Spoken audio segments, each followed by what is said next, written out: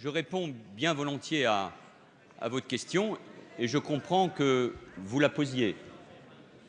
Le comportement de Thomas Thévenoud, les faits qui lui sont reprochés, son attitude, sa désinvolture ont fait mal à la République, à la France et aussi à la gauche.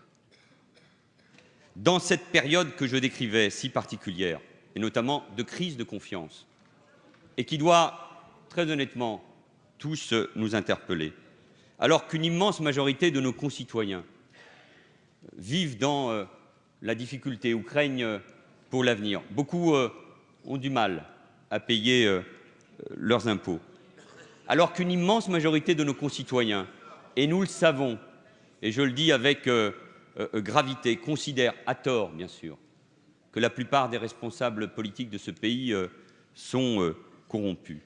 Une telle attitude est désarmante et révoltante. Elle est impardonnable. C'est ce que chacun d'entre nous pense, et notamment ceux qui le connaissaient.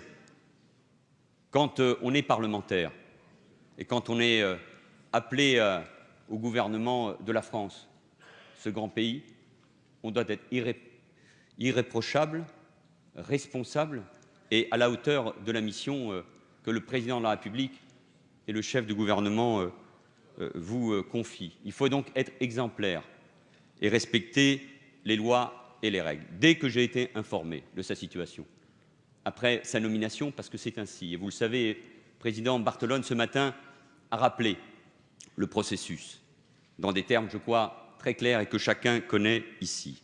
Et après les vérifications nécessaires, y compris en lien avec la haute autorité, à qui je veux rendre hommage, parce qu'elle agit en impartialité, et sans la loi votée en 2013 par la majorité, ceci n'aurait pas été possible, je me permets de le rappeler. Après ces éléments, je lui ai demandé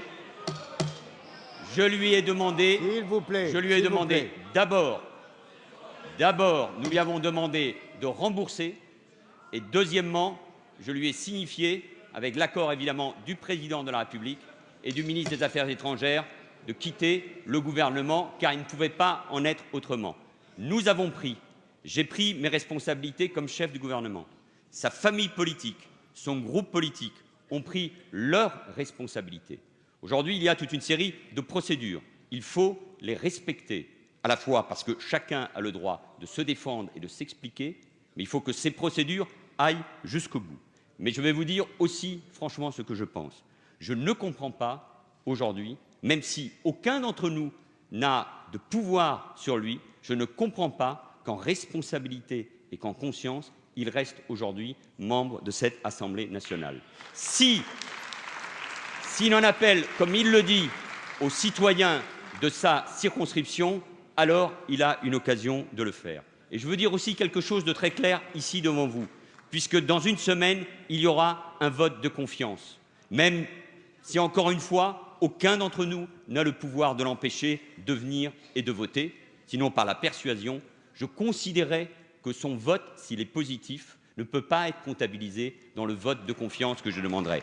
Enfin, pour terminer, sur ce type de sujet, Madame la députée, sur ce type de sujet, s'il vous plaît, je veux aller jusqu'au bout, sur ce type de sujet, chacun, encore une fois, doit prendre conscience de la gravité de la situation et de la crise de confiance.